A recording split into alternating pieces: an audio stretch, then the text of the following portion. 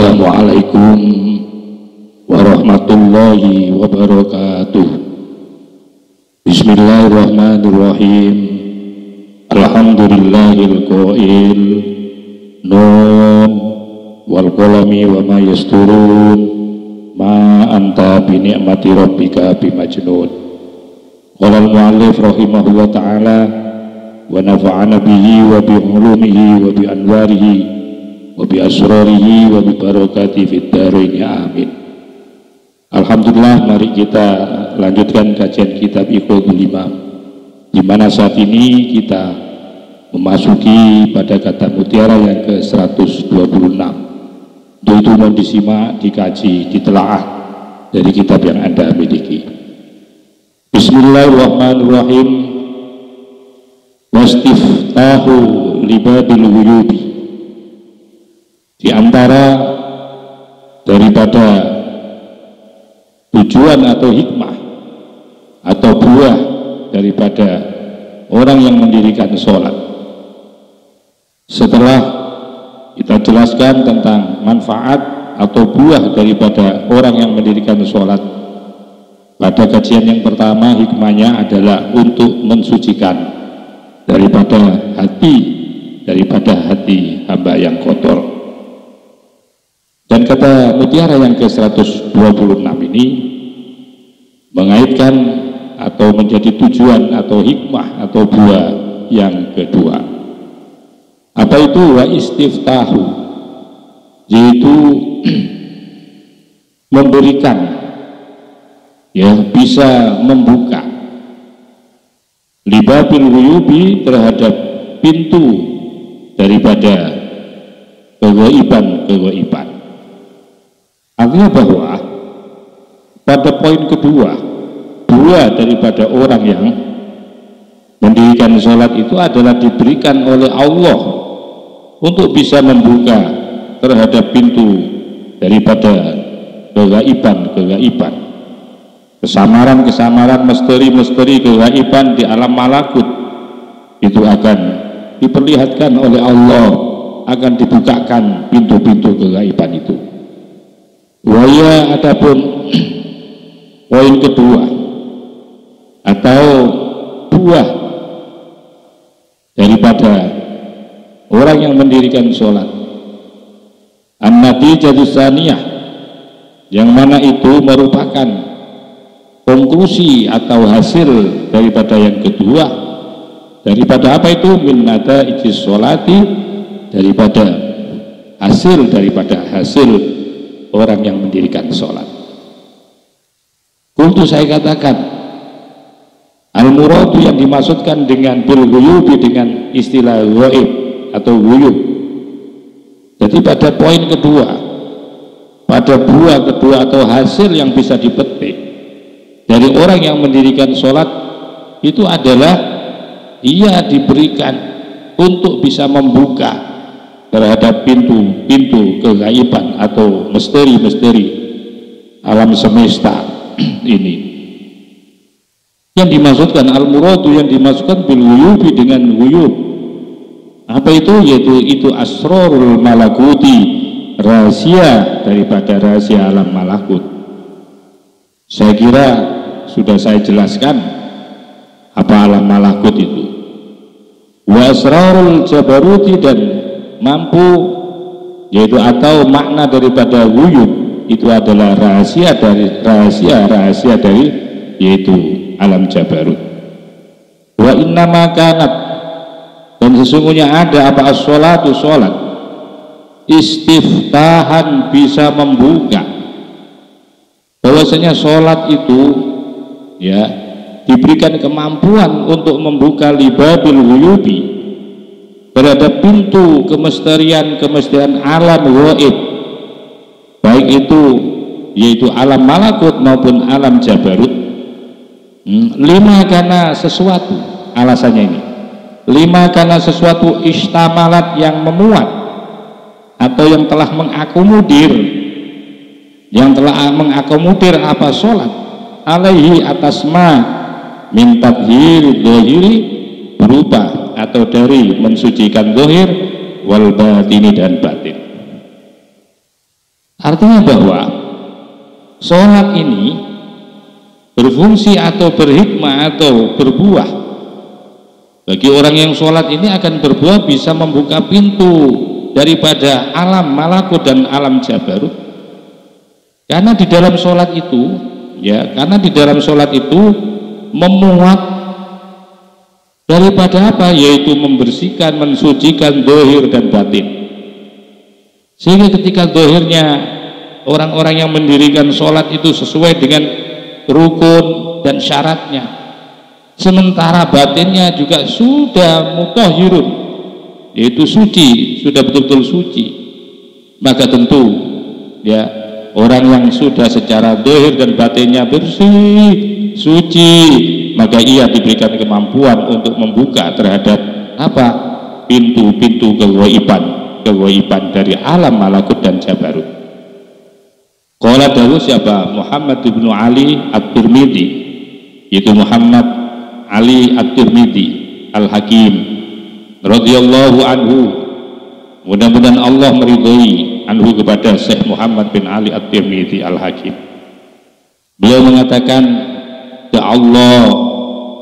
Allahul muwahhidina, Allah maka mengundang siapa Allah al-muwahhidina, kepada orang-orang yang mentauhidkan Allah, mengajak ya Allah kepada orang-orang yang mendirikan sholat ini, orang-orang yang bertauhid, ya orang-orang yang mensatukan Allah, mengesahkan Allah, itu diundang, diajak ila hadis sholawatil khamsi, yaitu diajak untuk menuju atau melaksanakan sholat 5 waktu. Ya, buat apa itu Allah mengajak kepada mereka itu? Itu dibuat hal seperti itu, dipanggil oleh Allah, diajak oleh Allah, rahmatan, sebagai rahmat minhu dari Allah, alaihim, kepada muwahhidin. Artinya bahwa ketika Allah memanggil kepada orang-orang yang bertauhid, orang yang percaya akan keesaan Allah, dipanggil, diseru oleh Allah untuk melaksanakan sholat ini agar supaya memperoleh rahmatnya Allah. Rahmatan, akan menjadi rahmat minhu dari Allah, alaihim, kepada muwahhidin. Wahaya, dan kemudian Allah mempersiapkan lahum, kepada mereka muwahhidin, biha, di dalam sholat, menyiapkan anwa'ud dhiyafati, beraneka ragam jamuan-jamuan. Jadi Allah subhanahu wa ta'ala di samping ya akan memberikan rahmat, kasih sayang kepada orang-orang yang melaksanakan atau mendirikan sholat ini, Allah juga mempersiapkan di dalam sholat itu, kalau diibaratkan seperti jamuan makan, Allah siapkan beraneka ragam makanan-makanan dalam sholat. Allah siapkan beraneka ragam jamuan-jamuan yang berasal dari Allah, supaya balianala, agar supaya memperoleh atau agar supaya mendapatkan siapa al-abdu, hamba yang sholat, mendapatkan mingkuli kaulin, dari setiap ucapan yang ada di dalam sholat, wa fi'lin, dan perbuatan di dalam sholat, mendapatkan syai'an, sesuatu, min atau yahu, dari pemberian-pemberian Allah subhanahu wa ta'ala. Artinya bahwa di dalam gerakan sholat, baik itu berupa ucapan, pelafatan kata, kalimat di dalam sholat, mulai dari takbir Allahu Akbar, kemudian membaca yaitu kalimat-kalimat di dalam sholat, dimulai dengan iftitah, Fatihah, surat atau ayat, dibacakan tasbih, tahmid, itu namanya qaul. Dari setiap qaul, perbuatan qaul di dalam sholat, dan termasuk ucapan, maksudnya dari setiap ucapan di dalam sholat, wa fi'lin, dan perbuatan di dalam sholat itu syai'an, akan diberikan sesuatu, menjadi sesuatu, min atau yahu, yaitu berubah peparing atau pemberian-pemberian Allah. Maka itu fal af'alu, maka adapun perbuatan-perbuatan di dalam sholat seperti qiyam, seperti ruku, seperti sujud, ya, seperti tasyahud, duduk, gerakan-gerakan di dalam sholat itu diibaratkan kal at'imati, seperti makanan-makanan. Jadi itu makanan lezat itu. Kalau kita semua bisa merasakan bahwa di dalam sholat itu ternyata diibaratkan oleh Allah seperti makanan-makanan, maka itu kadang-kadang bagi orang yang memang tingkatan sudah tinggi kekhusyuannya di dalam sholat, maka ia rasakan nikmat banget di dalam sholat. Seperti halnya kanjeng Nabi besar Muhammad SAW, beliau sampai bengkak-bengkak kaki beliau tidak terasa, karena beliau rasakan seperti makan dari perjamuan-perjamuan yang disiapkan oleh Allah Subhanahu wa ta'ala. Jadi di situ ada hidangan beraneka ragam makanan, di mana diibaratkan di situ setiap gerakan-gerakan di dalam sholat itu seperti yaitu jamuan makanan-makanan. Sementara wal akwalu, sementara ibadah akwal yang bersifat ucapan-ucapan di dalam sholat itu diumpamakan kal asyribati, seperti yaitu minuman, beraneka ragam minuman. Tadi ada susu, ada minuman apa yang enak-enak, ya, minuman buah, susu, madu, di situ ada, ya, di dalam akwal, di dalam ucapan-ucapan, kalimat yang dilantunkan di dalam sholat. Wahia adapun sholat itu arsyul muwahhidina menjadi apa? Mantennya, ya, menjadi perayaan mantennya. Arus itu ya, arus menjadi urusul atau urusul muwahhidina, menjadi mantennya, ya, kemantennya orang-orang yang mentauhidkan kepada Allah Subhanahu wa taala. Haya, di mana telah menyiapkan di dalam yaitu sholat siapa? Rabbul alamina, yaitu Tuhan Tuhan semesta alam ini.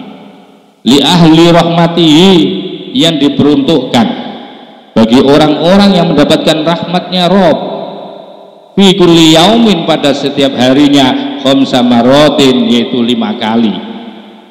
Hatta la yabqa, kalau sudah seperti itu, kalau yang namanya hidangan makanan, ya, minuman disiapkan, begitu juga rahmatnya Allah diberikan setiap hari 5 kali, hatta la yabqa, sehingga tidak tersisa sedikit pun alaihim, atas orang-orang yang sholat atau orang-orang yang muwahhidin, abadanasun, kotoran atau reget, minal alyari, yang berupa sesuatu yang selain Allah, yaitu reget dunia ini, kotoran-kotoran yang bersumber dari dunia ini. Maka itu faidha tatoharo, maka apabila sudah suci, apa al-dhahiru, dhahir ini bitoharatil hissiyati, melalui suci yang bersifat indrawi, ya, mukanya dibasuh, tangannya dibasuh, badannya juga suci, pakaiannya sudah suci juga, tempat sujudnya suci. Sementara wal batin, batinnya juga yaitu sudah tampak, yaitu suci bitoharatil maknawiyati, dengan suci secara maknawi. Sudah mulai, ya, tidak mempunyai rasa hasud, sudah hilang dengki-dengkinya, sudah hilang rasa duka atau merasa menderita karena takdir Allah ini, dia terima dengan sabar, hilang rasa riaknya. Kalau sudah bersih, ya, yang namanya batin dari penyakit-penyakit hati, istahaqqo, maka mendapatkan hak aba'ad-dukhulu, untuk bisa masuk. Istahaqqo, maka berhala aba'ad-dukhulu, masuk ilal hadratil qudsiyati, untuk hadir di kemahribaan, yaitu zat yang maha suci, di area ketuhanan, dia boleh masuk siana. Fa'awwaluma, maka adapun pertama kali sesuatu, yudhafu atau yadhafu, yang akan memberikan, ya Allah, bihi, akan mah, Itu korbu, yaitu pertama kedekatannya, ya, kedekatannya hamba ilal babi, yaitu menuju pintu. Jadi pertama kali ketika seseorang sudah suci zahirnya, sudah suci juga batinnya, maka dia diberikan kesempatan hak untuk mendapatkan tiket masuk, yaitu di area kemaharibaan zat yang maha suci. Apa yang akan diperoleh di situ? Fa'awwalu ma yudhafu bihi, maka adapun pertama kali sesuatu yudhafu yang akan diterima, bihi akan, atau yadhifu yang akan memberi, fa'awwalu ma yadhafu, maka adapun sesuatu yadhafu yang akan memberi ya Allah bihi akan ma, itu korbu, kedekatannya, ya, kedekatannya seorang hamba tadi ilal babi, yaitu menuju kepada pintu. Wasima'u khitobil ahbabi, dan mendengarkan ucapan dari para kekasihnya. Begitu sampai masuk ke area, ya, kemaharibaan yang maha suci, maka di situ diberikan oleh Allah bisa dekat ke pintunya Allah. Di situ juga wasima'u khitobul ahbab, wasima'u khitobil ahbab, dan didengarkan, ya. Di situ nanti yang akan pertama kali yang diperoleh setelah dia dekat dengan Allah, mendengarkan khitob, artinya Allah akan mendengarkan ucapan dari para kekasihnya, muwaro'i hijabin, dibalik, yaitu tirai sifat kebesarannya Allah. Fayatamatta'u, maka kemudian bisa menikmati pada saat itu hamba itu bimunajatil ahbabi, dengan bisa bermunajat. Fayatamatta'u, maka kemudian menikmati, ya, ketika sudah masuk itu di pintu itu bimunajatil ahbabi, akan munajatnya para kekasih-kekasihnya Allah, ya, waladidil khitobi, dan lezatnya daripada berkhitob atau berbicara. Wa adapun ladidul khitob itu makna kaulihi, yaitu merupakan makna dari dawuhnya musannif, nanti akan dilanjutkan kepada seri yang ke-127, yaitu disitulah nanti akan apa yang disebut dengan al-munajat. Munajat itu adalah komunikasi secara inten antara yaitu hamba dengan Rabb-nya. Maka itu nanti akan berpindah dengan penjelasan as-sholatu mahallul munajat. Akhirnya sholat itu akan menjadi sebuah tempat untuk berkomunikasi secara inten antara hamba dengan Rabb-nya.